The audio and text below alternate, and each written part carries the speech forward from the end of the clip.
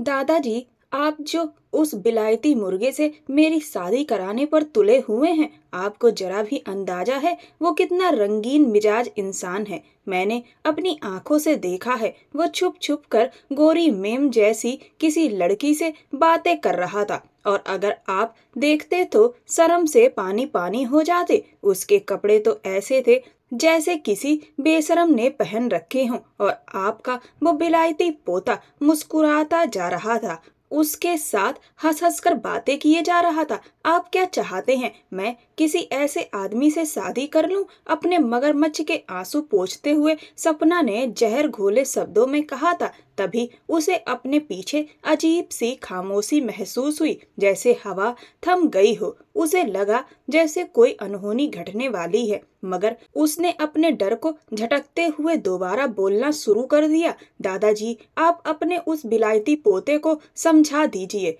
मुझसे पंगेबाजी करना उसके लिए ठीक नहीं होगा। आपको पता है, उसने मुझ पर भी लाइन मारने की कोशिश की थी। वो अब अपने नाटक को और सजाने लगी। मगरमच्छ के आंसू, नकली हिचकियां और आवाज में बेगुनाही का झूठा लहजा। तभी पीछे से एक भारी और ठंडी आवाज आई, मैंने तुम पर कौन सी लाइन मारी है? सपना का चेहरा सफेद पड़ गया। उसने झटके से पलट कर देखा, सामने शरद राठौर खड़ा था। लाल होती आंखों से उसे घूरते हुए उसने घबरा कर थूक निगला और एक झटके से खड़ी होकर अपनी उंगलियां चटकाने लगी। क्या हो गया था ये? बाजी तो पूरी पलट गई थी। जो बातें वो बड़ा चढ़ाकर दादाजी से कह रही थी, वही अब उसी के गले की फांसी बन गई थी। उसने इधर उधर नजरें घुमाई, जैसे किसी बचाव का रास्ता तलाश रही हो। लेकिन शरद उसकी आंखों की हर हरकत पड़ चुका था। वो समझ गया कि अब वो भागना चाह रही है, इसीलिए बिना वक्त गवाए वो तेज कदमों से उसकी तरफ बढ़ा। देखो, मेरी तरफ आने की कोशिश मत करना विलायती मुर्गे, वो घबराहट में उसी नाम से पुकार बैठी थी जो वो पीठ पीछे लिया करती थी। शरद की आंखें अब और भी लाल हो गईं, जैसे उनमें से आग झलकने वाली हो। उसके चेहरे की मुस्कान गायब थी, अब बस ठंडा गुस्सा बाकी था। तुम्हें तो मैं अभी बताता हूँ, उसने धीमे और खतरनाक लहजे में कहा। पल भर में उसने सपना का हाथ थाम लिया और एक झटके में उसे पकड़ लिया। सपना की सांसें जैसे थम गईं। वो हकलाते हुए बोली, वो शरद, मैं। मगर शब्द जैसे उसके गले में ही अटक गए। शरद अब और करीब झुक आया। उसकी आंखों की लाली सपना के चेहरे पर परछाई बनकर फैल रही थी। मैं रंगीन मिजाज हूँ, है ना? उसने धीमे से कहा, और मैंने तुम पर लाइन मारी थी। सपना का दिल इतनी तेजी से धड़क रहा था कि उसे अपनी ही सांसों की आवाज सुनाई देने लगी। शरद के हाथों का सिकंजा उसके चारों ओर कसता जा रहा था। वो अपने आप को छुड़ाने की कोशिश कर रही थी, मगर जैसे उसके शरीर से सारी ताकत निकल चुकी थी। फिर वो हल्के से झुका और सपना के कान के पास आकर रुका। सपना की रूह तक कांप गई थी। वो घबराई आवाज में बोली, शरद, मैं तो बस आपसे शादी नहीं करना चाहती थी। और वैसे भी मैंने क्या झूठ कहा है, सब सच्ची बात ही तो कही है।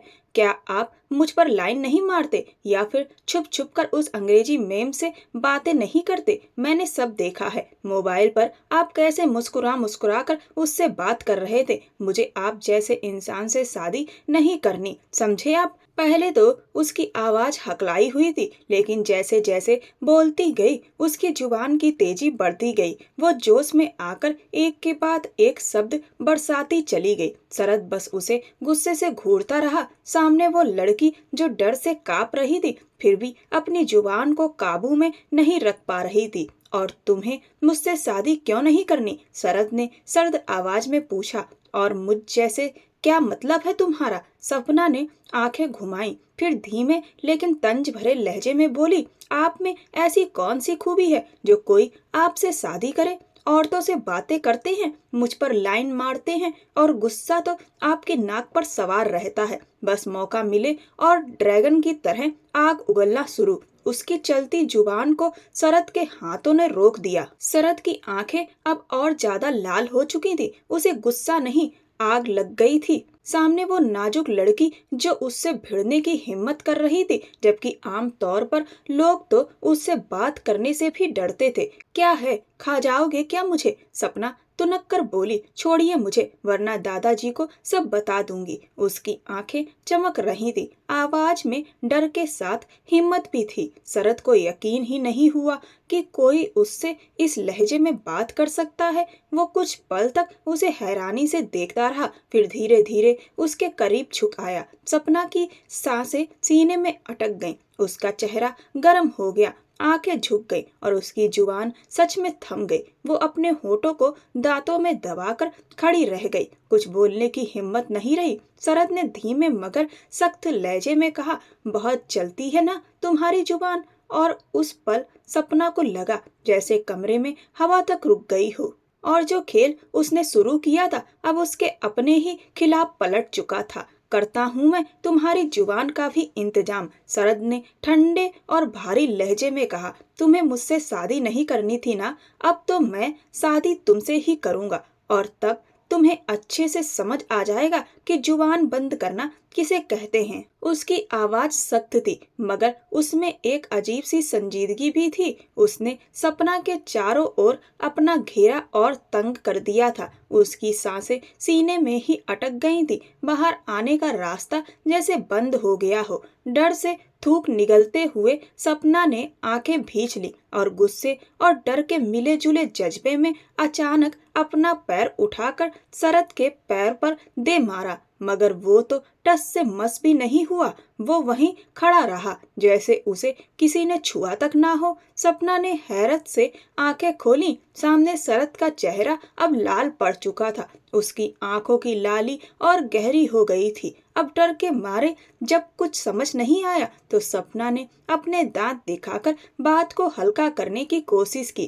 क्या खाते हैं आप लोग? शरद, छोड़ दीजिए मुझे, मेरी हड्डियां तो वैसे ही टूट जाएंगी, फिर आप तो क्या, कोई भी मुझसे शादी नहीं करेगा। उसने मासूम सी शकल बनाते हुए खुद को शरद की पकड़ से छुड़ाने की कोशिश की, मगर शरद ने उसे और मजबूती से थाम लिया। उसने गुस्से को दबाने के लिए आंखें बंद की, जैसे खुद को संभालने की कोशिश कर रहा हो। लेकिन जब सपना ने फिर उसे बिलायती मुर्गा कहकर पुकारा तो उसका सब्र टूट गया। बहुत शौक है ना तुम्हें दूसरों को नाम देने का? उसकी आवाज अब गूंज उठी। आज अगर तुम्हारे सारे तेवर ठिकाने ना लगा दिए तो मेरा नाम शरद राठौर नहीं। उसकी आंखों में अब गुस्सा नहीं, एक अजीब सा जुनून झलक रहा था। वह झुककर सपना के पास आया। सपना का दिल तेजी से धड़कने लगा, जैसे सीने से बाहर निकल आएगा। वो तो बस डर और अजीब सी बेचैनी में आंखें बंद कर गई थी,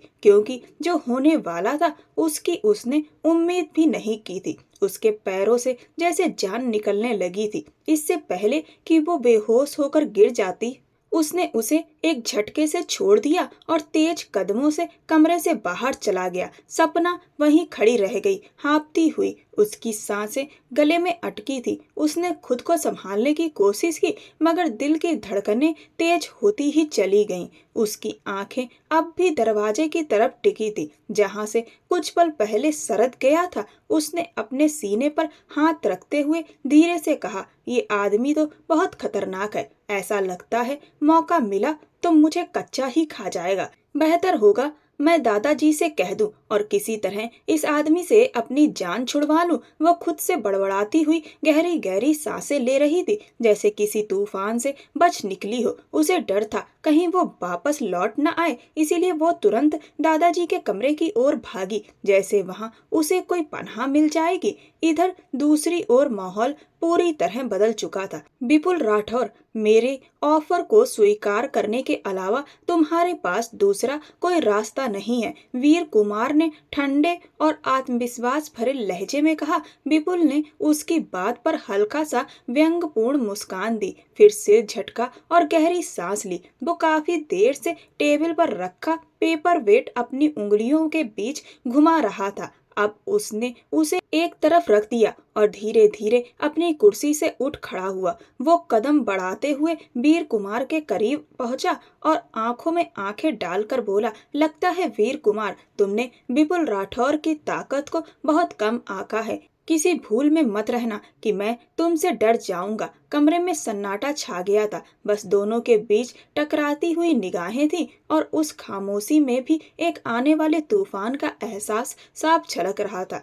विपुल राठौर मर सकता है, मार सकता है, लेकिन अपने असूलों पर कभी समझौता नहीं कर सकता। अब दफा हो जाओ यहाँ से। आखिर में वो इतने सख्त और खुरदरे लहजे में बोला कि वीर कुमार के होंठ तक खुल ना सके। उसकी आंखों में गुस्से की आग थी, मगर विपुल की आवाज में जो ठंडक थी उसने सब कुछ बर्फ बना दिया। वीर कुछ पल तक उसे देखता रहा, फिर बिना एक शब्द बोले वहां से निकल गया। बाहर निकलते ही उसने अपनी टाई की गांठ ढीली की और गहरी सांस ली। गुस्से से उसका चेहरा तमतमा उठा था। पायल उसकी एकलौती बहन, हद दर्जे की जिद्दी, नकचड़ी और मनमौजी, बचपन से ही जो चाह पा लिया, और भाई होने के नाते वीर ने भी उसकी हर सही गलत ख्वाहिश पूरी की थी। मगर इस बार बात अलग थी। पायल विपुल राठौर को चाहने लगी थी। ये चाहत थी या जिद, वीर नहीं जानता था, मगर वो अपनी बहन की यह ख्वाहिश पूरी करना चाहता था। लेकिन जिस तरह विपुल ने उसे ठुकरा दिया था, उसके बाद वीर के लिए उसके सामने फिर से झुकना नामुमकिन था। वो गुस्से में गहरी सांस भरता तेज तेज कदमों से आगे बढ़ रहा था कि तभी अचानक कोई नाजुक सा वजूद सीधा उससे टकरा गया। दोनों का संतुलन बिगड़ा और उसे संभालते हुए वीर ने अनजाने में उसका हाथ पकड़कर उसे अपनी तरफ खींच लिया। वो सीधी उससे टकराई। वो लड़की कुछ पल के लिए वहीं ठिठक गई, फिर घबरा कर पीछे हटी और आंखें झपकाते हुए उसे देखने लगी। वीर ने भी फौरन उसका हाथ छोड़ दिया। उसे तो शुरू से ही लड़कियों से चिढ़ थी। ये तो अचानक ही सामने आ गई, वरना वो कभी किसी को यूं छूता भी नहीं। आप ठीक हैं? वीर ने झिझकते हुए पूछा। उसकी खामोशी देखकर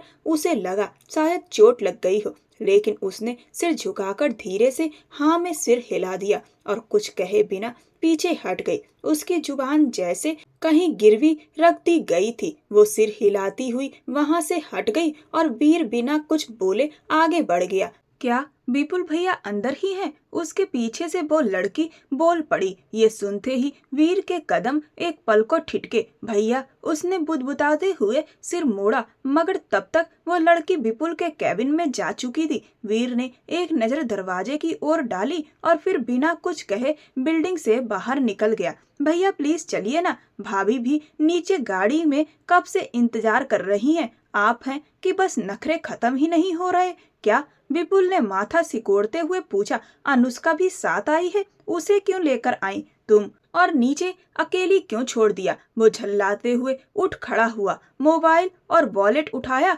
गुस्से में उसकी चाल तेज थी। भाई, मैंने तो कहा था ऊपर आ जाओ, ऑफिस साथ चलेंगे, रूपा ने पीछे से कहा। मगर तब तक विपुल लिफ्ट की ओर बढ़ चुका था। उसके चेहरे पर बेचैनी साफ झलक रही थी, पर वह आपसे इतनी डरती हैं कि गाड़ी से बाहर ही नहीं निकली। वह आगे पीछे निकल ही रहे थे कि अनुष्का की झलक पड़ी। अनुष्का उसकी मंगेतर थी। 1 हफ्ते बाद शादी तय थी और घर भर में तैयारियां जोरों से चल रही थी। ऐसे में विपुल घर पर कम ही मिलता था, क्योंकि वो शादी से पहले अपने सारे काम निपटा लेना चाहता था, ताकि शादी के बाद अपनी पत्नी को पूरा समय दे सके। लेकिन रूपा कब मानने वाली थी? आखिर वो विपुल राठौर की एकलौती बहन थी। अपने सारे अरमान पूरे करने थे उसे, इसीलिए जबरदस्ती अनुष्का को साथ लाई थी। और अब विपुल को भी साथ लेती हुई कार पार्किंग की ओर बढ़ी, जबकि वहीं दूसरी तरफ वीर कुमार की निगाहें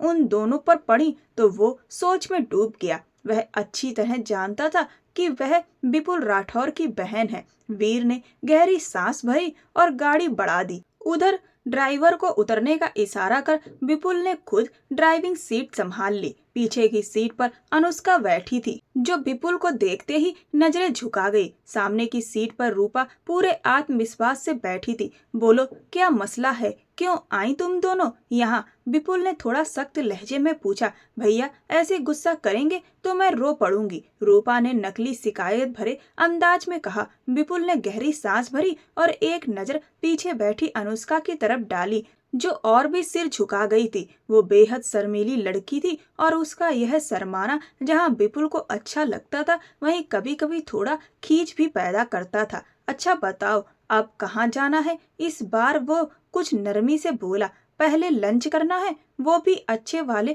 क्लासी रेस्टोरेंट में, रूपा ने हंसते हुए कहा। फिर थोड़ी सी शॉपिंग और फिर घर। वो अपनी बातों में मस्त होकर पूरा प्लान बता रही थी और विपुल चुपचाप सुन रहा था। रूपा को मना तो वह कर ही नहीं सकता था। गाड़ी एक 5 स्टार होटल के बाहर रुकी। वो दोनों को साथ लेकर अंदर गया। खाना ऑर्डर करने के बाद वो गंभीर लहजे में बोला, इस तरह अचानक घर से अकेली मत निकला करो। रूपा अभी छोटी है, ना समझ है। अनुष्का, तुम तो समझदार हो, फिर मना करने के बावजूद साथ क्यों चली आई? विपुल ने अब की बार बहुएं चढ़ाते हुए कहा। मैंने मना किया था पर रूपा नहीं मानी। अनुष्का ने उंगलियां आपस में फंसाते हुए धीमे स्वर में कहा। विपुल ने मुस्कुराते हुए रूपा के सिर पर हल्की सी थपकी दी। तुम भी ना रूपा? रूपा शरारती मुस्कान के साथ कंधे उचकाकर बोली। क्या करूं भैया, आप दोनों को साथ लाने का मन था। तीनों ने बहुत ही खुशगवार माहौल में खाना खाया। रूपा तो पूरे जोश में खा रही थी जैसे कई दिनों बाद कुछ स्वादिष्ट मिला हो, जबकि अनुष्का बहुत नरमी और संकोच से खाना चुन चुन कर ले रही थी। अनुष्का, खाना ठीक से खाओ। विपुल की नजरें उसके नाजुक हाथों पर टिकी थी जो बड़ी धीमी गति से चल रहे थे। जी खा रही हूँ। उसने झट से चावल अपनी प्लेट में डाले और सिर झुका लिया। वो कोई साधारण लड़की नहीं थी। अनुष्का एक योग्य वकील थी, एडवोकेट अनुष्का शर्मा। लेकिन उसे देखकर कभी कभी विपुल सोच में पड़ जाता कि क्या यह लड़की सच में कोर्ट में किसी केस पर बहस कर पाएगी जिसकी आंखें तक ऊपर नहीं उठती, जो हर वक्त डरी सहमी रहती है। वो भला कैसे वकालत करेगी? मगर वो अनुष्का थी। उसकी जुबान के तेवर और तर्कों से अब तक सिर्फ विपुल ही बचा हुआ था, क्योंकि वो उससे न सिर्फ मोहब्बत करती थी बल्कि पूरी तरह उसके इश्क में डूबी थी। एक वही विपुल राठौर था जिसके आगे वो कभी ऊंची आवाज में बात नहीं करती थी, ना नजरों से नजरें मिलाती थी, ना किसी बात से इनकार करती थी। वो दुनिया का सामना कर सकती थी पर विपुल की आंखों में सीधे देखना उसके बस में नहीं था। और यह बात रूपा बहुत अच्छे से जानती थी। विपुल राठौर को अभी तक अपनी मंगेतर की इन खासियतों का पूरा अंदाजा नहीं था, पर बहुत जल्द उसे हैरत के झटके लगने वाले थे। खाने के बाद वो दोनों को लेकर एक बड़े मॉल में गया जहां असली कहानी की अगली शुरुआत होने वाली थी, जहां रूपा अपनी पसंदीदा जगह पर घुस गई थी। उसे किताबों से बेइंतहा लगाव था। जहां भी किताबें दिखती वो बस उनमें खो जाती थी। उधर अनुष्का खूबसूरत और सलीकेदार सूट देख रही थी। उसे अंदाजा भी नहीं हुआ कि रूपा कब उसकी नजरों से ओझल हो गई। ये कैसी है रूपा? अनुष्का ने नीले रंग की खूबसूरत कढ़ाईदार सूट अपने सामने करते हुए पूछा। लेकिन जैसे ही उसने पीछे देखा उसके होश उड़ गए। वहां रूपा नहीं बल्कि विपुल खड़ा था। वो रूपा कहाँ है? अनुष्का झट से पलकों को झुका गई, चेहरा लाल पड़ गया। अच्छी है, ले लो। विपुल ने उसकी बात को अनसुना करते हुए थोड़ा और करीब आकर कहा। अनुष्का अपनी जगह से हिल भी नहीं पाई। उसकी सांसें थम सी गईं। वो बस एकटक उसे देखती रह गई। दोनों ही इर्द गिर्द की दुनिया से बेखबर पहली बार एक दूसरे को इस तरह देख रहे थे कि मानो वक्त थम गया हो। उसी पल इत्तेफाक से पायल अपनी सहेली के साथ वहां से गुजरी। वो जैसे ही विपुल को किसी दूसरी लड़की के साथ देखी उसके चेहरे का रंग उड़ गया। जलन और गुस्से से भरी वो सीधी उनके पास पहुंची। Hi mister Vipul, how are you? Payal ने नकली मुस्कान के साथ बोला। उसके लहजे में ताना छिपा था। वो दोनों जो एक दूसरे में खोए हुए थे अचानक चौंक गए। विपुल ने पायल को देखा तो उसके माथे पर बल आ गए और होंठ सख्त हो गए। लगता है आपने मुझे पहचाना नहीं, या फिर कोई नई लड़की फंसा ली है। पायल ने जानबूझकर ऐसा कहा ताकि अनुष्का का दिल टूट जाए। पायल, बिहेव योरसेल्फ। विपुल का गुस्सा साफ झलक रहा था। उसकी मुट्ठियां भीज गईं। अनुष्का बिल्कुल खामोश खड़ी रही। वो उस लड़की को देख रही थी जिसके बोलने और चाल चलन का अंदाजा ही बहुत अजीब था। बिहेव? पायल ने ठहाका लगाकर हंसते हुए कहा। हर रोज नई लड़की बदलने लगे हो क्या? वैसे याद रखना, तुम्हारी जगह पहले मैं थी। वो अब अनुष्का के बिल्कुल करीब आकर थोड़ा झुककर बोली। उसके शब्द जहर की तरह धीमे और चुभने वाले थे। तो अनुष्का ने गहरी सांस भरते हुए उसे देखा। मुझे पता है विपुल की पसंद इतनी घटिया नहीं हो सकती। इससे पहले कि विपुल कुछ कहता या पायल की बातों पर उसकी क्लास लगाता, अनुष्का की बात सुनकर बस उसे देखने लगा। चुप रहो, पायल चीखी। तुम अपनी जुबान बंद करो। अनुष्का ने भी उसी सख्त लहजे में जवाब दिया। अब की बार उसके चेहरे पर वो पुराना डर या झिझक नहीं थी। वो एक जानी मानी वकील थी। भले ही करियर की शुरुआत में थी, लेकिन जितने भी केस उसने लड़े थे उनमें अपनी पकड़ और तेज दिमाग से सबको प्रभावित किया था। उसका तजुर्बा और तर्क कभी गलत नहीं होता था। खबरदार जो दोबारा किसी और के पति पर नजर डालने की कोशिश की, सीधे जेल की हवा खिलाऊंगी। अनुष्का ने पायल की तरफ उंगली उठाते हुए सख्त आवाज में कहा। उसकी बात सुनते ही पायल का चेहरा गुस्से से लाल हो गया। वो झल्लाकर अपना हाथ उठाने ही वाली थी कि अगले ही पल अनुष्का ने उसका हाथ थाम लिया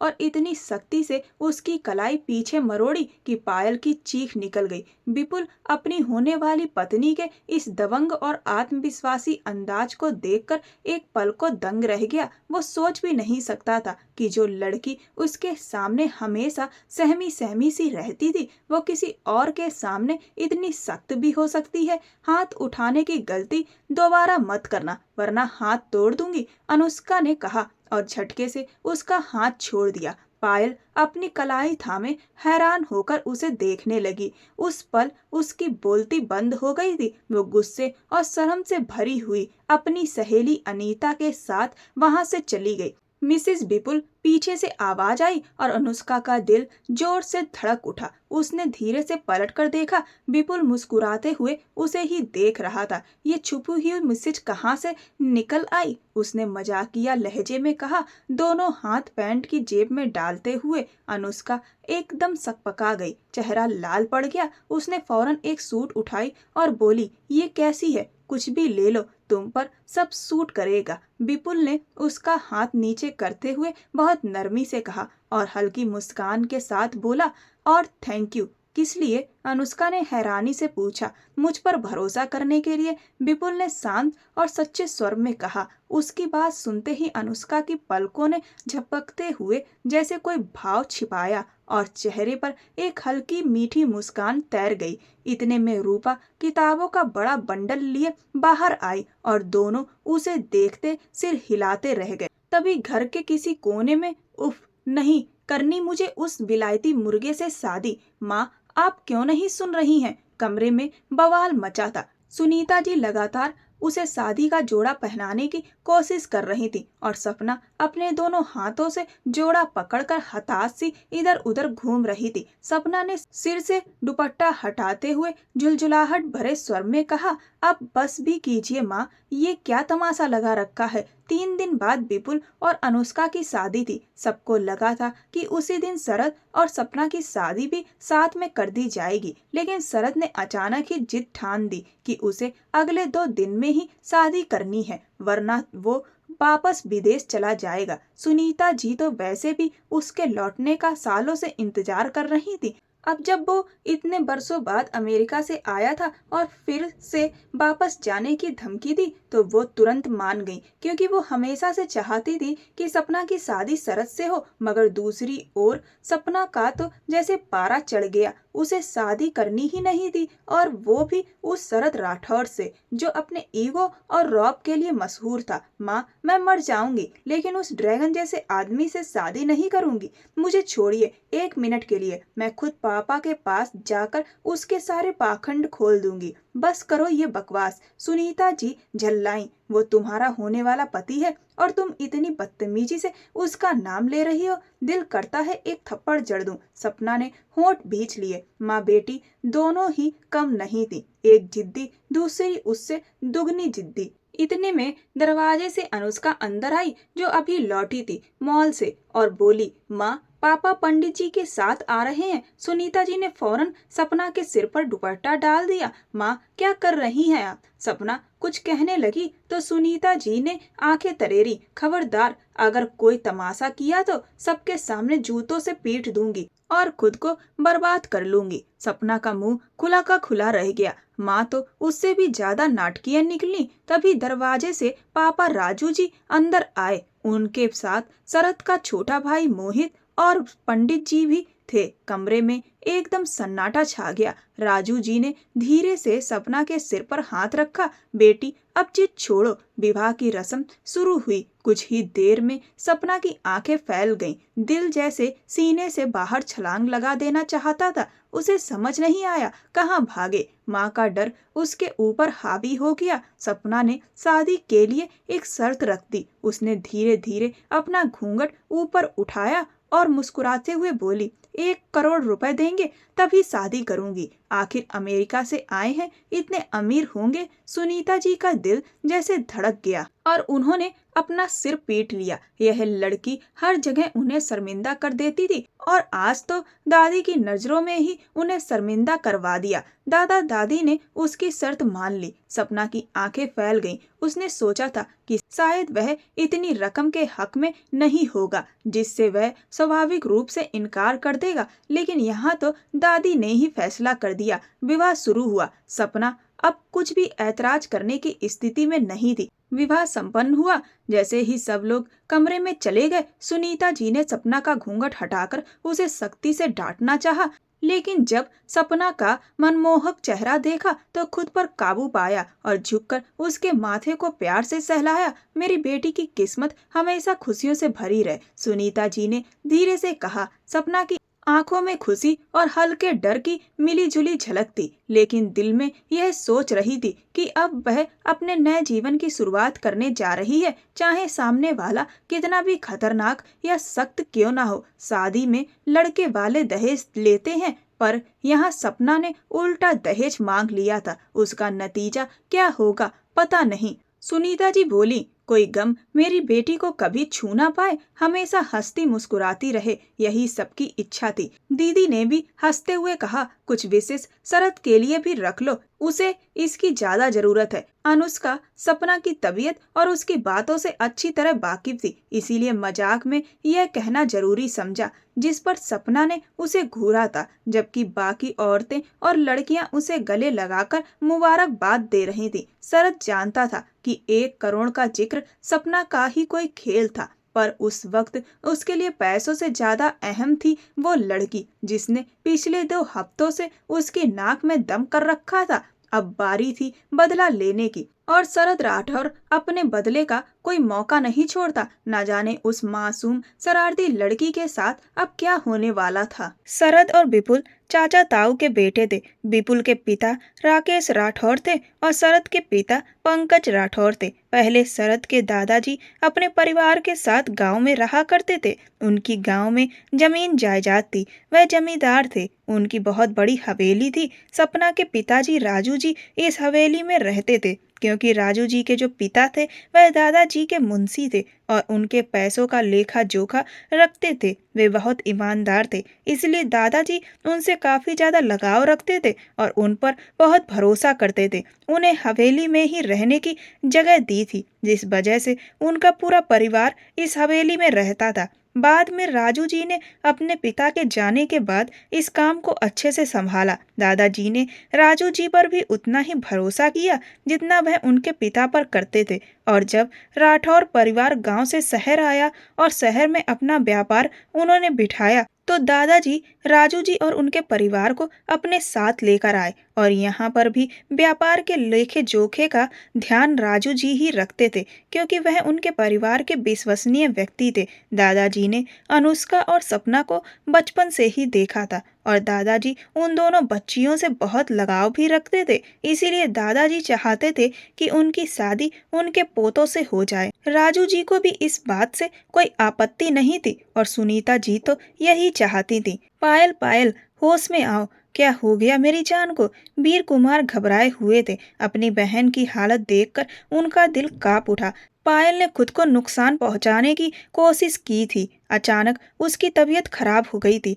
वीर ने बिना समय गवाए उसे उठाया और तेजी से हॉस्पिटल की ओर भागा। डॉक्टर, नर्स, कोई है? प्लीज मदद कीजिए, वो लगभग चिल्ला उठा। उसी वक्त अस्पताल के गलियारे में डॉक्टर रूपा बाहर निकलने ही वाली थी। उन्होंने आवाज सुनी और तुरंत पलटकर देखा। एक आदमी अपनी बहन को गोद में लिए दौड़ता हुआ आ रहा था। क्या हुआ? रूपा तेजी से आगे बढ़ी। आप डॉक्टर हैं? प्लीज मेरी बहन को देखिए। वीर की आवाज में घबराहट साफ झलक रही थी। इस तरफ ले आइए, मैं देखती हूँ। रूपा तुरंत गंभीर हो गई। उन्होंने पायल को स्ट्रेचर पर लिटवाया और उसकी जांच शुरू की। ओ नो, ये तो पुलिस केस है, रूपा बोली। लेकिन पहले मरीज को संभालते हैं, आप बाहर वेट कीजिए। वो पायल का इलाज करने लगी। काफी देर तक हालत नाजुक रही। फिर आखिरकार रूपा ने राहत की सांस ली। वो बाहर आई। कैसी है मेरी बहन? वीर ने बेचैनी से पूछा। अब वो खतरे से बाहर है मिस्टर वीर, शुक्र कीजिए, अब वो ठीक है, लेकिन ध्यान रखिएगा उनका। इतना कहकर रूपा ने पास खड़ी नर्स से टूटा हुआ मोबाइल लिया। नर्स बोली, डॉक्टर रूपा, आपका मोबाइल। रूपा ने मोबाइल देखा, फिर हल्की नाराजगी और मासूमियत के बीच बोली, इसका नुकसान कौन पूरा करेगा मिस्टर वीर? आपने टक्कर मारकर तोड़ दिया। वो इतनी सादगी से बोली कि वीर के दिल की धड़कन तेज हो गई। उसे लगा जैसे ये लड़की उसकी सांसों में उतर गई हो। मैं दिला दूंगा, और सॉरी, मैं जल्दबाजी में था, उसने झेपते हुए कहा। इट्स ओके मिस्टर वीर, मैं खुद ले लूंगी। अब आप अपनी बहन के पास जाइए। रूपा मुस्कुराई, फिर धीरे से बोली, एक्सक्यूज मी। वो मासूम मुस्कान के साथ बाहर की तरफ बढ़ी, जहां उसका ड्राइवर कब से इंतजार कर रहा था। वीर की निगाहें बहुत देर तक उसे देखती रहीं। वो जा चुकी थी, पर उसका चेहरा जैसे उसकी आंखों में ठहर गया था। घर पहुंचकर रूपा को शांति जी ने गुस्से से देखा। ये आने का वक्त है क्या? पूरे हॉस्पिटल के डॉक्टर छुट्टी पर थे, तुम्हारे अलावा। सॉरी मम्मा, रूपा ने तुरंत कान पकड़ लिए। अब नहीं होगा ऐसा। अच्छा सुनो, सपना और शरद का विवाह हो गया है। ओह सच में? रूपा खुश होकर बोली, मैं चेंज करके उनसे मिलती हूँ। वो जल्दी से अपने कमरे की ओर भागी और बाथरूम में घुस गई, जबकि शांति जी सिर हिलाती हुई बाहर मेहमानों के बीच चली गईं। इधर सपना मस्ती में फोटो शूट करवा रही थी, हाथ में टेडी बियर लिए अलग अलग पोज देती हुई कैमरे के सामने खड़ी थी कि तभी उसके कानों में एक खबर आई। 2 दिन बाद उसकी भी अनुष्का के साथ ही विदाई तय कर दी गई है। What the hell? वो चौंक कर बोली, ये क्या बकवास है? मैं ये शादी इतनी जल्दी नहीं होने दूंगी, चाहे कुछ भी हो जाए। वो गुस्से में मुंह बनाकर चिल्लाई ही थी कि उसी पल दरवाजा खुला और शरद राठौर अंदर आया। दरअसल शरद ने जल्दबाजी में शादी की थी। घर वाले चाहते थे कि अनुष्का और सपना की शादी एक ही दिन हो, लेकिन शरद नहीं माना। तो घर वालों ने तय किया कि शादी भले ही जल्दी कर दे रहे हों, लेकिन विदाई दोनों लड़कियों की एक ही दिन करेंगे। एक पल को पूरे कमरे में सन्नाटा छा गया। उसके आते ही सब लोग बाहर निकल गए।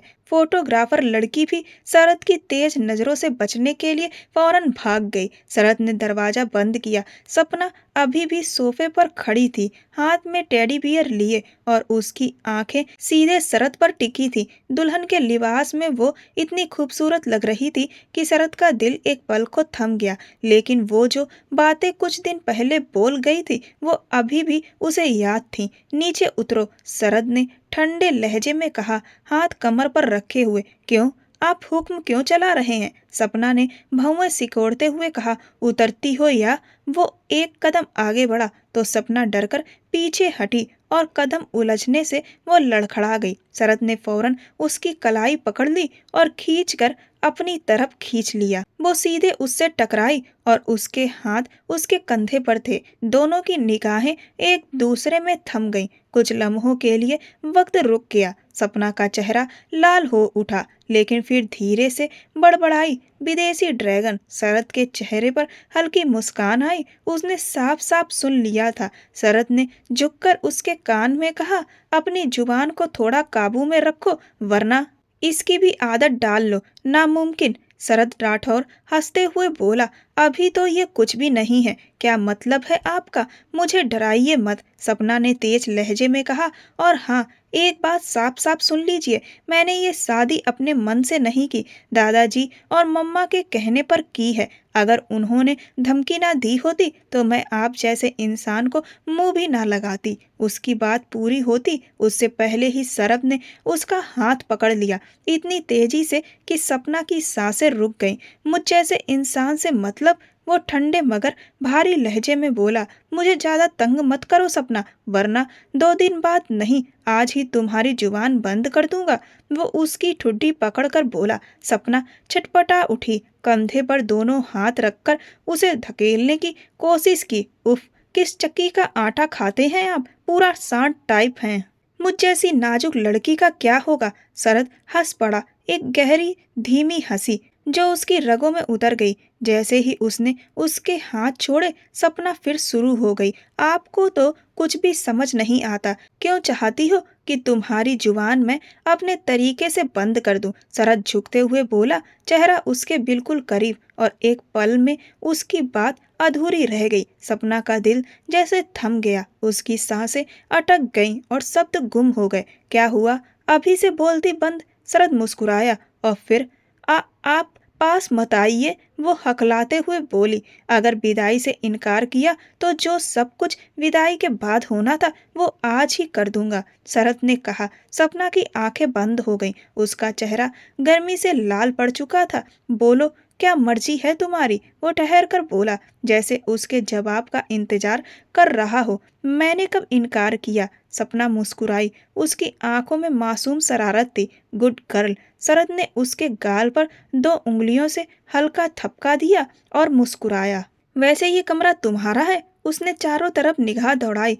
हाँ, प्यारा है ना, रंगीन है, मुझे रंगों से बहुत इश्क है। सपना फिर अपने पुराने अंदाज में बोलने लगी। शरद ने होठों पर मुस्कान दबाई और बोला, मुझे तो बिल्कुल देहाती सा लग रहा है। तो आप भी तो पूरे सहराती अकड़ वाले लगते हैं, सपना ने झट जवाब दिया। कमरा अब जैसे उनकी नोक झोंक से भर गया था, एक अजीब सी खामोशी जिसमें प्यार और तकरार दोनों बह रहे थे। कोई ढंग की बात तो तुम में है नहीं। शरद राठौर ने उसे ऊपर से नीचे तक देखा। ऊपर से ये कमरा भी ऐसे बदरंग रंगों से रंगा है जैसे किसी नुमाइश से उठा लाए हो। वो वहीं नहीं रुका, और ये जो लिपस्टिक लगाई है तुमने, इसका रंग भी बहुत बेकार है। उसका लहजा तो चिढ़ाने वाला था, पर सपना ने उसे सीरियसली ले लिया। वो पलटकर शीशे की तरफ गई और ध्यान से रंग देखा। सच में बहुत डार्क है, उसने धीरे से कहा। शरद के चेहरे पर हल्की मुस्कान आई। सपना कमर पर हाथ रखकर सामने खड़ी हो गई, जैसे अभी जंग छेड़ देगी। शरद ने मुस्कुराकर जवाब दिया, क्योंकि तुम्हारे अंदर से वही वाइब्स आ रही है, देहात की, सीधी सादी लेकिन जिद्दी वाली। वो थोड़ा झुककर बोला, वैसे ड्रेसिंग सेंस भी बड़ा अजीब है तुम्हारा। भला शादी में इतना गहरा रंग कौन पहनता है? उसकी नज़र फिर से सपना पर घूम गई, सिर से पैर तक। पर इस बार नजरों में कुछ और था, गुस्सा नहीं, बस एक दबा हुआ आकर्षण जिसे वो खुद भी समझ नहीं पा रहा था। उसने दिल को डांट लगाई और नजरें दूसरी तरफ मोड़ ली। सीरियसली अच्छा नहीं लग रहा? मैंने मम्मा से कहा भी था कि ये वाला लहंगा मत दिलाइए, लेकिन नहीं, अपनी मनमानी करके ही दम लिया उन्होंने। वो दीवार से टिकते हुए बोला, और तुम तो इस ड्रेस में फोटो शूट भी करवा चुकी हो। सपना ने आंखें घुमाई। अच्छा जी, तो अब लहंगे का रंग भी आपको खटकने लगा? हाँ, क्योंकि वो बहुत लाउड है, शरद बोला, मगर उसके चेहरे पर हल्की मुस्कान थी। वैसे तुम जो भी पहनो, बहस करना तो कभी मिस नहीं करती। सपना ने पलटकर ताना मारा, और आप जो भी बोले चुपता तो जरूर है। दोनों कुछ पल खामोश रहे। हवा में बही पुरानी तकरार थी, मगर अब उसमें हल्की सी गर्माहट भी घुल चुकी थी। ओ नो, वो सिर पे हाथ मारकर बैठ गई। कितनी बुरी पिक्स आई होंगी। क्या आप पहले नहीं आ सकते थे? मुझे पहले बता देते, कम से कम यह दुख तो नहीं होता मुझे। उसने सिर पकड़ लिया। वही शरद के चेहरे पर मुस्कान खिल गई, तीर निशाने पर लगा। अचानक वह गुस्से में उठी और ड्रेसिंग टेबल की ओर चली गई, सब कुछ फैलाकर पटकने लगी। उसकी आंखों में आंसू भर आए। एक तरफ वो लड़कियां जो दूसरों को लफ्जों से जितनी मर्जी तकलीफ देती हैं, पर जब बात खुद पर आती है तो आंसू ही रुकते नहीं। अरे आराम से, क्या कर रही हो? शरद ने उसे पकड़कर रोकते हुए कहा और उसका हाथ थाम लिया। चुप रहो, तुम बीच में बोलो मत, उसने गुस्से में कहा। बहुत शौक था ना शादी करने का, तो क्या एक ठीक ठाक लहंगा नहीं मिल सकता था? तुम बाहर से आए हो बिलायती कुक की तरह। उसकी बात अधूरी रह गई, पर दुख कम ना हुआ। मुझे पता है सब कुछ, उसने कसकर कहा, और किसी को माफ नहीं करूंगी। तभी शरद को खांसी का दौरा सा हुआ और उसने अपनी बात अधूरी छोड़ दी। वह उसे देख रहा था और उसकी पीठ पर दो चार हल्के थप्पे जैसे लगे। तुम्हारी हालत तो ऐसी है कि शादी का लहंगा नहीं मांगा, बंगला गाड़ी मांग ली है, किसी ने तेजी से कहा, जैसे गांव वाला ताना मार रहा हो। फिर शरद ने हिम्मत बढ़ाते हुए कहा, तुम्हें अब किसी की जरूरत नहीं, अब तुम करोड़पति बन गई हो, जो चाहो ले सकती हो। यह सुनकर वह एक पल थम सी गई। ओ हाँ, मैंने तो यह सोचा ही नहीं था। 1 करोड़! वो जैसे बच्चे की तरह खुश हुई। शरद ने उसके रोते चेहरे पर मुस्कान देखी और सिर हिलाया। सच में? बाद में मुकर तो मत जाना। वह पक्का यकीन दिलाना चाह रहा था। चेक लिखकर दादाजी को दे दिया है, ले लेना, उसने कहा। उसकी खुशी से सपना का चेहरा खिल उठा था और शरद उसे देखकर एक अजीब सुकून महसूस कर रहा था।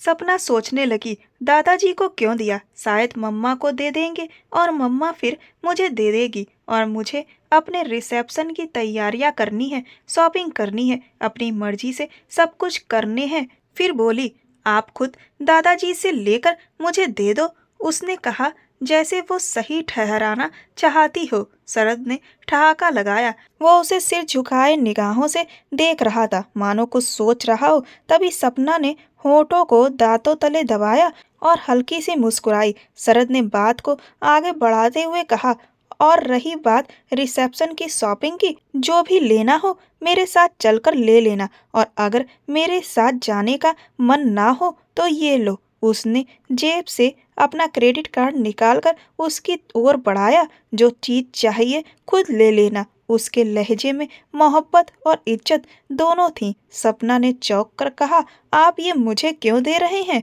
ये तो आपका है। शरद मुस्कुराया, शुक्र है आज मैडम को कुछ अकल आई। लेकिन सुनो, मेरा सब कुछ अब तुम्हारा है सपना, और तुम्हारा सब कुछ मेरा।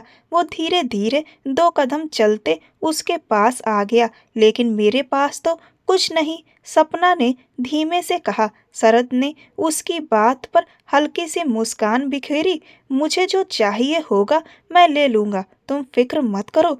उसने बात को गोलमोल करते हुए कार्ड उसके हाथ में थमाया और बेख्याली में उसे देखा। सपना का दिल एक पल को थम सा गया। वो झट से पीछे हुई और दरवाजे की तरफ बढ़ गई, जबकि शरद वहीं खड़ा उसे देखता रह गया। वहीं दूसरी तरफ रूपा अभी अभी सारे मरीजों को देखकर अपने कैबिन में लौटी ही थी कि दरवाजा खुला और वीर अंदर आया। उसने झिझकते हुए कहा, आपके लिए कुछ लाया हूँ, हर जाना समझ लीजिए या शुक्रिया।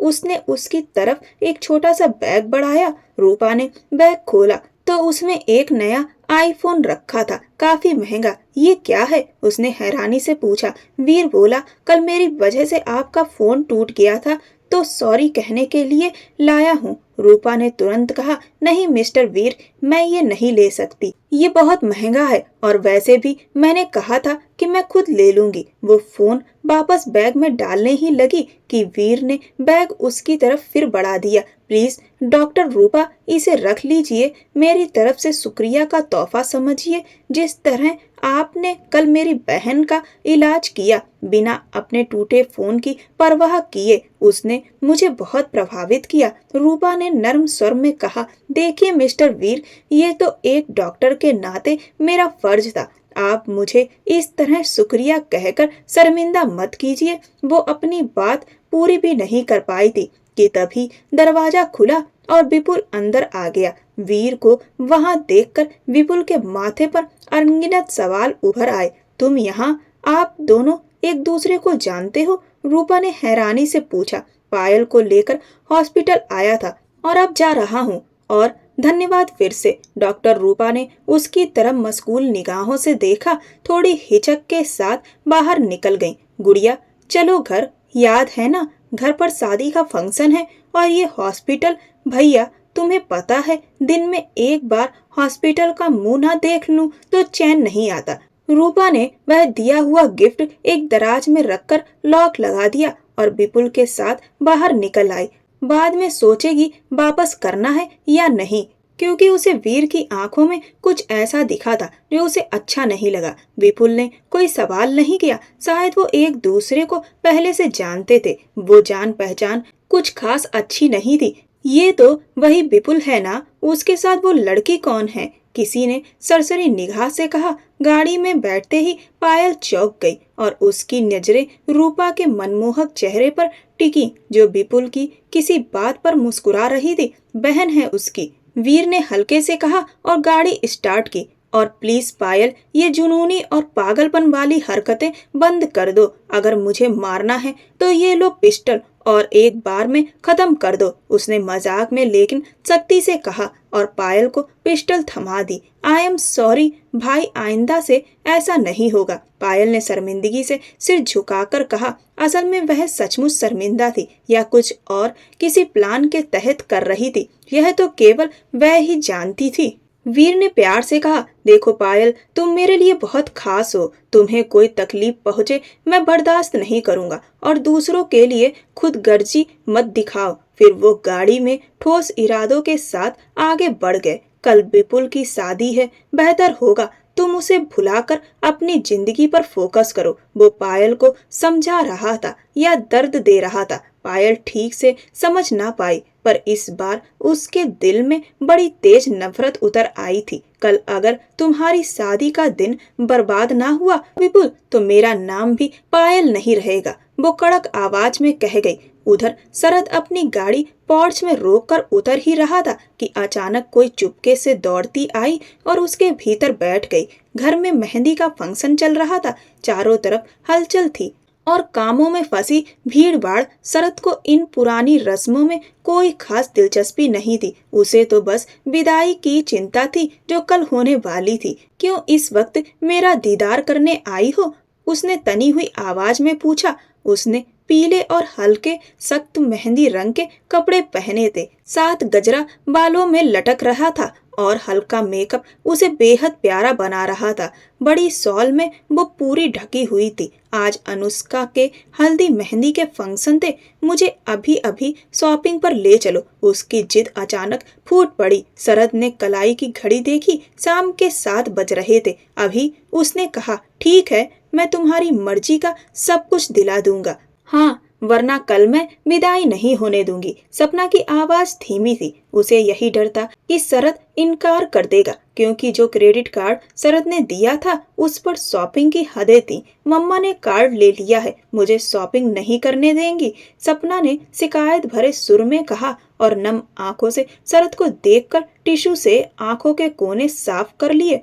आंटी ने क्यों ले लिया? उसने नादान सी आवाज में पूछा। उनकी नजर में मैं फिजूल खर्च करती हूँ और सारे पैसे उड़ाकर रख दूंगी, इसीलिए उन्होंने ना तो शादी वाली पूरी रकम दी और ना ही कार्ड दिया। कहती हैं जो वे लाएंगी वही पहनो। मैं वह नहीं पहनना चाहती, मैं जोकर नहीं बनना चाहती।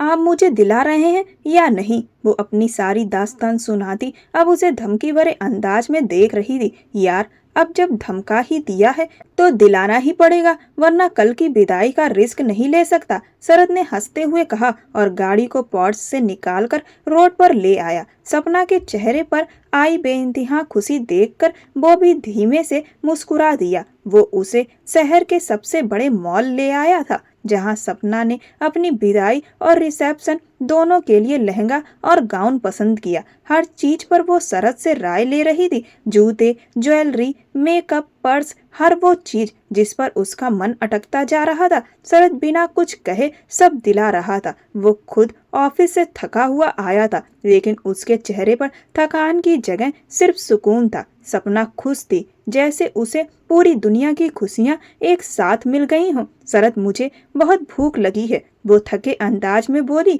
चलते चलते उसके पैरों में दर्द भी होने लगा था। शॉपिंग खत्म कर लो, फिर कुछ खाते हैं, शरद ने जवाब दिया ही था कि तभी उसके मोबाइल पर घर से कॉल आने लगी। शरद, मेरा नाम मत बताना, अगर मम्मी ने पूछा तो बोलना मैं घर पर हूँ। सपना जल्दी से उसके कान के पास झुककर फुसफुसाई। उसकी सांसें शरद के कानों से टकराईं तो वो कुछ पल को ठिठक गया। उसने फोन रिसीव किया। हाँ दादी, बोलिए। बेटा, कहाँ हो तुम? अभी तक लौटे नहीं?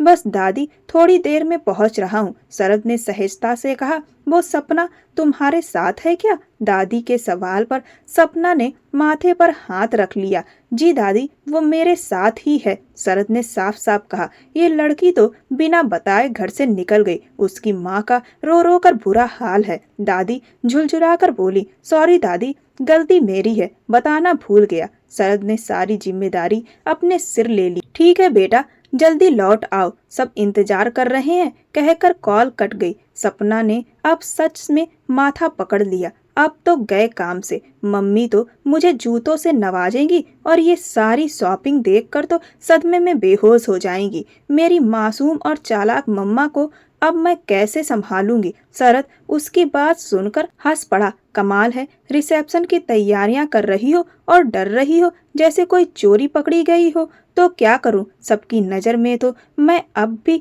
मासूम नासमझ ही हूँ। सपना ने होठों पर मुस्कान दबाते हुए कहा और शरद के चेहरे पर भी वही मुस्कुराहट गहरी होती चली गई। यह बात तो घर से निकलने से पहले सोचनी चाहिए थी ना। चलो अब आ जाओ, तुम्हें डिनर करवाता हूँ। वह उसकी बातों का मजा लेता हुआ उसका हाथ पकड़कर सड़क पार करने लगा, क्योंकि पार्किंग सामने थी और उन्हें वहीं जाना था। सपना उसकी इतनी केयर पर उसे देखे जा रही थी। होठों पर एक गहरी मुस्कान तैर गई। शरद के मजबूत हाथ की तरफ नजर गई। उसे उसके साथ कितना सुरक्षित महसूस हो रहा था। यह कोई सपना के दिल से पूछता। यह एहसास कितना प्यारा था। अब बताओ, किस होटल में डिनर करना पसंद करोगी महारानी साहिबा? वह मुस्कुराता हुआ बोला और उसे गाड़ी में बिठाया। गाड़ी स्टार्ट करते ही सपना की नजर पीछे की सीट पर पड़े शॉपिंग बैग्स पर पड़ी तो वह घबरा गई। अरे, मैंने तो आपका कितना खर्चा करवा दिया, डिनर रहने देते हैं, घर जाकर वैसे भी मम्मा की डांट खा लूंगी, पेट भर जाएगा। वह झेपते हुए बोली। जब डांट ही खानी है तो डिनर करके ही चलते हैं। शरद मुस्कुराया और गाड़ी रोड पर डाल दी। वह सपना को उसका पसंदीदा खाना खिलाता हुआ अब वापसी के रास्ते पर था। सपना अब भी परेशान थी। अब तो मम्मा मुझे जान से मारेंगी, मैंने बहुत खर्चा करवा दिया ना आपसे। शरद ने उसकी तरफ देखा और मुस्कुराया। अब वो क्या बताता कि उसका ड्रेस ही 50,000 का था, बाकी का तो हिसाब ही नहीं था। नहीं, बिल्कुल नहीं, वह सहजता से बोला। सच में ना? सपना बेयकीनी से बोली। हाँ, बिल्कुल सच में। अच्छा, एक काम करना, वह अब धीरे से बोली, यह सारा सामान आप ना अपनी मम्मी के हाथ भिजवा दीजिएगा। अगर मैं ले गई तो मम्मा मुझे छोड़ेंगी नहीं, और शॉपिंग का जिक्र भी नहीं होना चाहिए। जो हुक्म महारानी साहिबा, शरद ने मजाकिया अंदाज में कहा। लेकिन इसके बदले मुझे क्या मिलेगा? वह आंखें उठाकर बोला। ओ हेलो, आपको विदाई मिल रही है ना, उसी में खुश रहिए, सपना ने नकली रुआब में कहा। वह उसकी इस बात पर मुस्कुरा उठा और गाड़ी को घर की ओर मोड़ दिया। ठीक है, विदाई के बाद ही बात करेंगे, हमारे कमरे में, शरद ने मजाक करते हुए कहा तो सपना के कान लाल पड़ गए। गाड़ी अब घर के पोर्च में आकर रुकी। रात के करीब 10 बज चुके थे। सपना अब तक खुश थी, लेकिन जैसे ही घर का दरवाजा खोला, अंदर से उसकी माँ की गुस्से भरी आवाज गूंजी। कहाँ मर गई थी तू सपना? कोई अकल है तुम्हें? बिना बताए ऐसे निकल गई। माँ को मारना चाहती है क्या? उसकी माँ का चेहरा गुस्से में तमतमाया हुआ था। आंटी, वो मेरे साथ गई थी, मैं ही ले गया था उसे, शरद तुरंत बोला ताकि सपना को डांट से बचा सके। सुनीता जी ने गुस्से में शरद की तरफ देखा, लेकिन कुछ कह न पाई। माहौल कुछ पल के लिए चुप रहा। सपना ने झट से अपनी शॉल सिर तक खींची और सिर झुकाए खड़ी रही। शरद ने जाते जाते उसकी तरफ देखा। वही आंखें, वही डर, वही मासूमियत। और दिल में सोच बैठा कि शायद इस लड़की की मासूम जिद ही उसे हर दिन थोड़ा थोड़ा अपने करीब खींच रही है। यह मुद्दा उठकर दादाजी के सामने पहुंचा। अनुष्का सपना पर गुस्सा हो रही थी। गलती मेरी है, सॉरी। शरद ने अपना एक कान पकड़कर प्यार से कहा। यह प्यारा अंदाज देखकर सपना मुस्कुरा दी। शरद उसके सामने ढाल बन गया, जबकि अनुष्का अच्छे से जानती थी कि यह सब मस्ती सपना की ही थी। दादाजी ने मामला जल्दी से सुलझा दिया और सपना ने माँ से माफी मांगी। उसकी बात के मुताबिक शरद ने सारा सामान अपनी माँ शांति जी के हाथ भिजवा दिया। सपना इस पर बेहद खुश थी। सब कुछ उसकी मर्जी का था। अगले दिन सुबह अनुष्का की शादी हुई। शाम को रिसेप्शन के बाद विदाई थी। पार्लर में सपना और अनुष्का तैयार हो रही थी। अनुष्का उसके चेहरे की मासूमियत पर हंस रही थी। सपना को अपने भारी लहंगे के कारण थोड़ा संभल कर चलना पड़ा। तुमने हील्स क्यों पहनी जब तुम कैरी नहीं कर सकती? अनुष्का ने हल्के अंदाज में डांटा। सपना ने बस हल्का सा मुंह बनाया और आगे बढ़ी। जैसे ही रूपा पार्लर में आई, उसने दोनों को अलर्ट किया, जल्दी चलो, घर से फोन आ रहे हैं। अरे गाड़ी में तो हम ही आए हैं, रूपा कहाँ बैठेगी? सपना को थोड़ी फिक्र हुई। उसका लहंगा इतना भारी और चौड़ा था, सपना को मुश्किल हो रही थी। कोई बात नहीं, मैं दूसरी गाड़ी से आ जाऊंगी। अभी तुम दोनों रिसेप्शन हॉल पहुंचो, उसने मोबाइल पर कैब बुलाते हुए कहा। रूपा बहुत कॉन्फिडेंट लड़की थी, लेकिन आज वह उस कॉन्फिडेंस में भी थोड़ी डरी हुई थी। कुछ ही देर में एक गाड़ी वहां आकर रुकी। मैम, सर विपुल ने भेजा है आपको लेने, ड्राइवर ने झुककर कहा। रूपा अपने भाई की देखभाल और प्यार देखकर भावुक हो गई। रूपा बिना कुछ पड़ताल किए उसी गाड़ी में बैठ गई, जो बाद में उसकी जिंदगी की सबसे बड़ी भूल साबित होने वाली थी। गाड़ी में बैठते ही वह मोबाइल यूज कर रही थी, लेकिन अनजान ड्राइवर ने उसका फोन छीन लिया। यह क्या बदतमीजी है, मेरा मोबाइल! उसके बाकी शब्द मुंह में ही रुक गए। पीछे मुड़कर ड्राइवर ने उसे बेहोश कर दिया। हेलो मैम, आपका काम हो गया, कहीं से आवाज आई। अब विपुल को मजा आने वाला था। तुमने मुझे ठुकराया और आज अपनी जिंदगी की खुशियों को चुन रहे हो। तुम्हारे लिए आज का दिन आबादी का नहीं, बर्बादी का होगा। अब मनाओ खुशियां बहन के बिना। क्या हुआ विपुल, परेशान क्यों हो? राकेश राठौर ने शादी हॉल से बाहर निकलते ही विपुल से पूछा। बाबा, रूपा को कॉल कर रहा हूँ, कॉल नहीं उठा रही। बेटा अंदर ही होगी, अंदर जाकर बात कर लो। नहीं बाबा, वो अभी तक नहीं आई। बाबा मुझे कुछ भी ठीक नहीं लग रहा, आप प्लीज सब संभाल लेना, मैं रूपा को लेकर आता हूँ। वो कहकर वह बाहर निकल गया। विपुल पार्लर की ओर बढ़ा, लेकिन वहाँ रूपा को न पाकर काफी परेशान हो गया। फिलहाल घर में और किसी को भी पता नहीं था कि रूपा गायब हो गई है, लेकिन यह स्थिति कब तक टिकेगी? धीरे धीरे घर के सभी लोग यह बात जान गए और सब परेशान हो गए। सभी ने अपनी तरफ से रूपा को ढूंढने की कोशिश शुरू कर दी। एक छोटी सी लापरवाही की वजह से यह सब इतनी बड़ी परेशानी बन गई थी। सभी घर लौट आए, लेकिन दादाजी की तबीयत अचानक खराब होने लगी। रूपा के गायब होने की खबर सुनकर उनका दिल जैसे हार गया। सभी उनके पास खड़े होकर उन्हें हौसला दे रहे थे। सपना और अनुष्का अपनी जगह चुपचाप खड़ी थी, जैसे चोर बन गई हो। उन्होंने ही तो रूपा को वहां अकेला छोड़ दिया था और अब वह दोनों खुद को जिम्मेदार समझ रही थी। तभी रूपा को होश आया और उसने अपने सामने एक काले डरावने शख्स को देखा। डर के मारे वह दीवार के साथ पीछे हट गई। कौन हो तुम? क्या चाहते हो? अब किडनैप क्यों किया? रूपा ने घबराकर ढेर सारे सवाल किए। वह शख्स उसे देखकर जोर से हंसा। बहुत चालाक हो तुम, तुझ पर दिल आ गया। वो धीरे धीरे रूपा की तरफ बढ़ा। खबरदार, अगर मेरे करीब आए तो जान से मार दूंगी। रूपा गुस्से और डर से चिल्लाई, लेकिन वो मजबूत और मोटी कदकाठी वाला था। एक ही पल में उसने रूपा को अपनी ताकत से रोक लिया।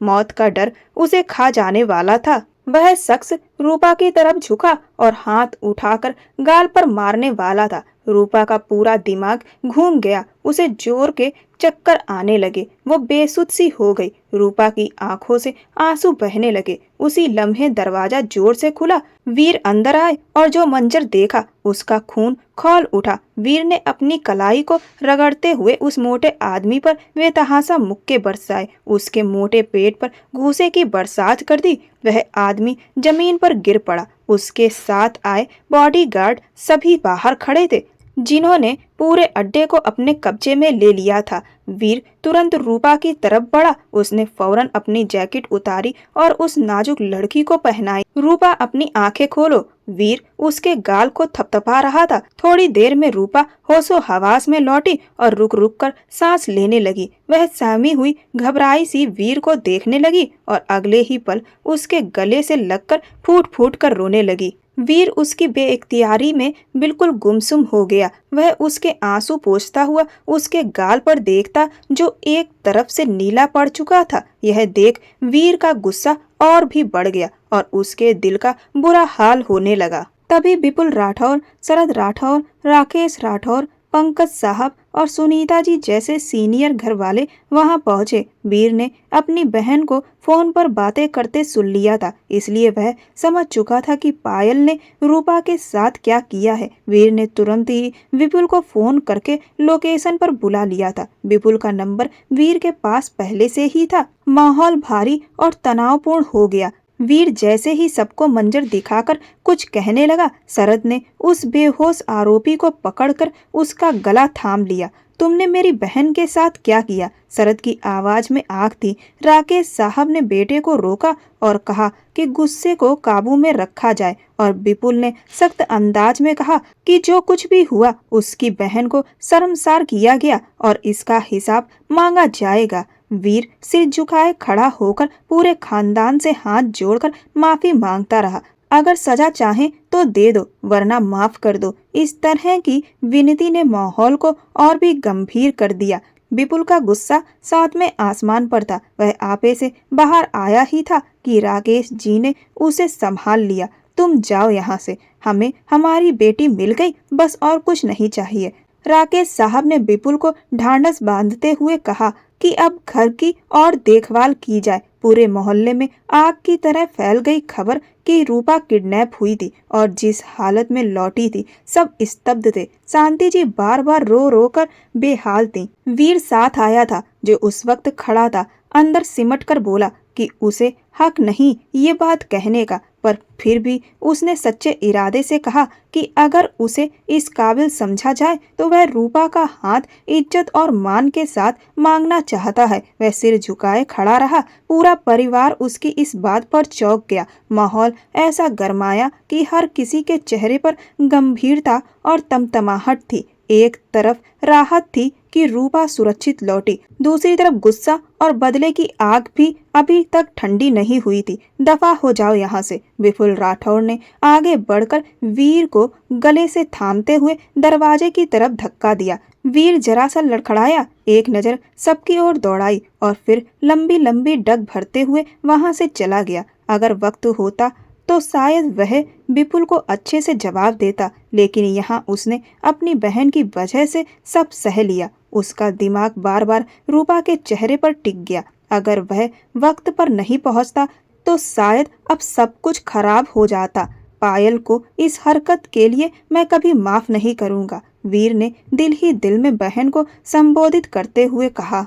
माहौल में अजीब सा तनाव छाया हुआ था। हर कोई चुपचाप एक दूसरे से नजरें चुराता हुआ मंजर देख रहा था। रूपा के कमरे में सबसे ज्यादा देर रुके, लेकिन जैसे ही उसे खाना और दवा दी गई, सभी बाहर निकल आए ताकि वह आराम कर सके। उसकी मुस्कान अब शायद ही कभी लौटेगी। वह अब पहले जैसी मासूम और खुश नहीं थी। बाहर के मामलों को सुलझाते हुए सबको समझाकर अपने अपने कमरे में भेजने के बाद अब शरद और विपुल अपने अपने कमरों की तरफ बढ़ रहे थे। अब ऐसा लग रहा था कि सारी थकान उतारने का वक्त आ गया है। सपना अभी भी नींद में झूल रही थी। लाल सी आंखों से झुककर बिस्तर पर लेटी थी। शरद के लिए विश्वास करना मुश्किल था कि यह वही सपना है, वह सपना जो पहले इतनी प्यारी और मासूम थी, जिसके 100 नखरे थे, फिर भी सपना से शादी करने की बात उसे अंदर से परेशान कर रही थी। आपकी बातें मैं सुबह सुन लूंगी, अभी मुझे नींद आ रही है, सपना ने मजे से कहा और तकिए पर सर रखकर लेट गई। उसी पल शरद उसके पास झुका और उसका ध्यान आकर्षित करने लगा। क्या कहा, फिर से बोलो, सपना ने हल्के अंदाज में मना किया। शरद ने मुस्कुराते हुए कहा, नो नो, तुम सही हो, वैसे भी बातें करने में टाइम वेस्ट करने की बजाय हमारी सुहाग रात की रात को जारी रखना ही समझदारी है। आधी रात तो वैसे भी निकल गई है, इसीलिए बाकी की बातें कल के लिए छोड़ दें। सपना की यह बात शरद को और भी उत्सुक कर गई। अब कोई बात नहीं, अब सिर्फ प्यार होगा। विदेश में तो कितनी लड़कियों से मिले होंगे, मैं वहां लड़कियों को देखने गया था या बिजनेस करने। शरद ने उसे बीच में काटा और हल्के अंदाज में कहा, फोन पर तो मेमो से बात करते हैं। सपना अंदर ही अंदर पिघल रही थी, लेकिन बाहर से वह अपनी बात फर्राटे से कह रही थी। सपना ने हल्के डर और उत्साह के साथ उसे देखा। शरद ने धीमे लहजे में कहा, अब तुम्हें कुछ भी कहने की जरूरत नहीं, बस हमारी रात हमारी होगी। सपना घबराकर बिस्तर पर बैठी। शरद ने धीरे से हाथ बढ़ाकर रिमोट से लाइट को डिम किया। यह एहसास उसका सबसे निजी, भरोसेमंद और सुरक्षित था। धीरे धीरे रात गुजर रही थी और शरद और सपना का रिश्ता परवान चढ़ रहा था। दूसरी तरफ विपुल राठौर कमरे में आया। उसका गुस्सा अभी भी शांत नहीं हुआ था। वह खुद पर गुस्सा कर रहा था कि उसकी वजह से उसकी बहन रूपा इतने बड़े संकट से गुजरी। अगर उसे कुछ हो जाता तो वह पूरी जिंदगी अपनी बहन के सामने सर उठाने के काबिल नहीं रहता। अनुष्का ने सारे जेवर उतारकर ड्रेसिंग टेबल पर रख दिए थे। जो हालात बन गए थे उसमें वह यही सोच रही थी कि किसी भी तरह स्थिति को संभाल ले। विपुल को अंदर आते देख वह रुक गई। वह बिस्तर पर बुरी तरह बैठ गया, जैसे हार गया हो। विपुल, आप ठीक हैं? अनुष्का परेशानी से उसके पास जाकर उसका हाथ थाम गई। नहीं अनुष्का, मैं ठीक नहीं हूँ, सब मेरी वजह से हुआ। रूपा के साथ जो कुछ भी हुआ उसका जिम्मेदार मैं हूँ। विपुल ने उसका हाथ थामे कहा और बैठ गया। उसका लहजा टूट गया था, लेकिन उसने अपने दिल की बात कह दी। अनुष्का ने सिर झुकाया और चुपचाप उसका हाथ पकड़े रही। उसके मन में सिर्फ यह सोच थी कि अब विपुल को सब ठीक लगे और वह खुद को संभाल सके। कुछ भी गलत नहीं हुआ, बस परिस्थितियां बेहद कठिन थी और अब हमें साथ में ही इसे सुलझाना है। क्यों इतना दिल पर ले रहे हो? सब ठीक हो गया, हमारे खानदान की इज्जत सुरक्षित है। अब वक्त गिले शिकवे करने का नहीं। अनुष्का बिल्कुल विपुल के पास बैठी। उसने दोस्तों की तरह समझाया। यह सब बेइख्तियारी में ही हुआ था कि विपुल के देखने पर अनुष्का एकदम अपने आप ढीली पड़ गई। उसकी पलकें झुकी। अनुष्का कभी भी विपुल की नजरों का सामना नहीं कर सकती थी। उसकी आंखों में एक अजीब सी खिंचाव थी जिसे वह सहन नहीं कर पाती थी। विपुल ने उसके दोनों हाथ अपने हाथों में लेकर थामा। तुम मेरी किसी नेकी का सिला हो अनुष्का, विपुल ने बहुत मान और मोहब्बत से कहा और उसे अपने हाथों में समेट लिया। उसने उसे गले से लगाया और धीमा सा मुस्कुराया। पहली बार विपुल ने उसे अपने गले से लगाया था। अनुष्का का दिल खुशी से उछल रहा था। वो रात उनके प्यार की रात थी। रिसेप्शन भी बहुत धूमधाम से हुआ था। रूपा काफी हद तक संभल गई थी। उसने अपने जख्मों का किसी को नहीं बताया। क्या फायदा होता? जो जख्म रूह पर लगे थे उन पर शायद कभी मरहम भी नहीं लगता। वह अपने घर वालों के लिए चेहरे पर मुस्कान सजाए हुए थी, लेकिन कुछ महिलाओं की अजीब नजरों ने उसका सारा आत्मविश्वास छीन लिया था। घर लौटते ही दादाजी ने काफी सोच विचार के बाद अपना फैसला घर वालों को सुनाया, जिस पर विपुल सहमत नहीं हुआ। लेकिन दादाजी के फैसले के सामने उसकी एक ना चली। फिर उसने दादाजी की ख्वाहिश पर वीर को फोन किया। वीर अपनी पैकिंग कर रहा था। हमेशा के लिए इस शहर को छोड़ने का इरादा बना चुका था। अपने नंबर पर विपुल की कॉल देख वह ठहर गया और फिर दादाजी के बुलावे का जवाब देने तेज कदमों से बाहर निकला। रास्ते में पायल आई। उसने भाई से हाथ जोड़कर माफी मांगी। एक पल के लिए उसकी हालत देखकर वीर का दिल पसीजा, लेकिन रूपा की हालत याद आते ही वह उसे माफ नहीं कर सका। कुछ ही देर में वह राठौर हाउस पहुंचा। दादाजी ने उसे अपनी पोती से शादी करने को कहा। मैं अपनी पोती को यूं घुट घुट कर जीते नहीं देख सकता। मैंने तुम्हारी आंखों में रूपा के लिए इज्जत और प्यार दोनों देखे हैं, जो कोई और शायद उसे नहीं दे पाएगा। उन्होंने कहा। अब पूरा खानदान राहत महसूस कर रहा था कि रूपा सुरक्षित थी और सब कुछ सही सलामत था। और किडनैपिंग के बाद अगर रिश्ता कहीं और बन भी जाता तो क्या वह जिंदगी के किसी मोड़ पर रूपा को ताने ना देता। यह सब सोचते हुए दादाजी और परिवार के लोग वीर को सबसे सही विकल्प मान बैठे। दादाजी की बात पर वीर ने सिर झुकाकर हामी भरी। उसे अपनी बहन के गुनाह का भुगतान करने का मौका मिल गया था और जल्द ही रूपा और वीर की शादी हो गई। दादाजी की आंखों में खुशी और सुकून झलक रहा था। दूसरी तरफ रूपा की आंखों से आंसू बहते जा रहे थे। वह पूरी तरह खामोश हो गई थी। विदाई के बाद वो दुल्हन बनी वीर के कमरे में मौजूद थी। उसका दिल 120 की रफ्तार से धड़क रहा था। वह जानती थी कि यह रिश्ता सिर्फ एक समझौता है। इस रिश्ते को रूपा ने केवल दादाजी और परिवार की खातिर कबूल किया था। वह घर वालों को दुखी नहीं देख सकती थी, लेकिन अब वह अपने आप से सवाल कर रही थी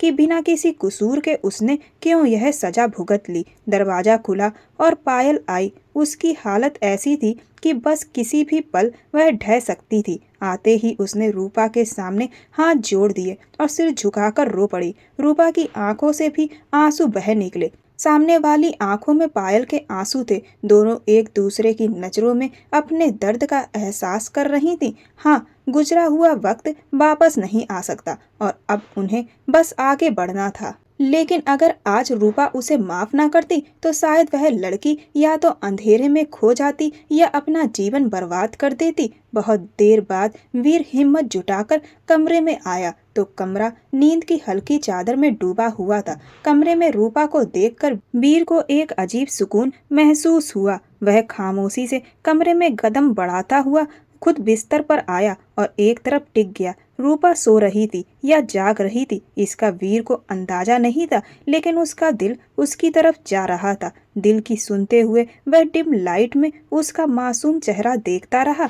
धीरे से उसके हाथ पर हाथ रखा। क्या कर रहे हैं आप? वह घबरा गई। Are you okay? वीर ने पूछा। बुरा लगा? आई एम सॉरी, वीर ने झिझकते हुए कहा। वीर एकदम पीछे हट गया। वह गहरी सांस लेकर बिस्तर के सिरहाने से टेक लगाए रूपा की ओर देखने लगा। रूपा धीरे धीरे खुद को संभालते हुए नजरें झुकाकर उसे देख रही थी। रूपा रिलैक्स, कुछ नहीं हुआ, यह लो पानी पियो। वीर उठकर उसके पास आया और उसे पानी का गिलास थमा दिया। मैं जानती हूँ आपने अपनी बहन की वजह से मुझसे यह रिश्ता जोड़ा, वीर बोला। कुछ भी तय करने से पहले मुझे 1 मिनट सुन ले। बहन की वजह से मैंने आपसे शादी की, पर पहली नजर में दिल ने आपको अपनाया था। जब विपुल के ऑफिस में देखा था और मैं चाहता था कि आप मुझे मिल जाएं, पर कभी कहा नहीं क्योंकि मैं जानता था कि विपुल कभी भी हमारे रिश्ते को होने नहीं देगा। रूपा ने वीर की जब यह बात सुनी तो उसकी आंखों में देखा और वीर की आंखों में साफ साफ उसे मोहब्बत नजर आ रही थी। वीर ने उसके हाथ को धीरे से थामा और दिल में खुद भी एक अजीब राहत महसूस करने लगा।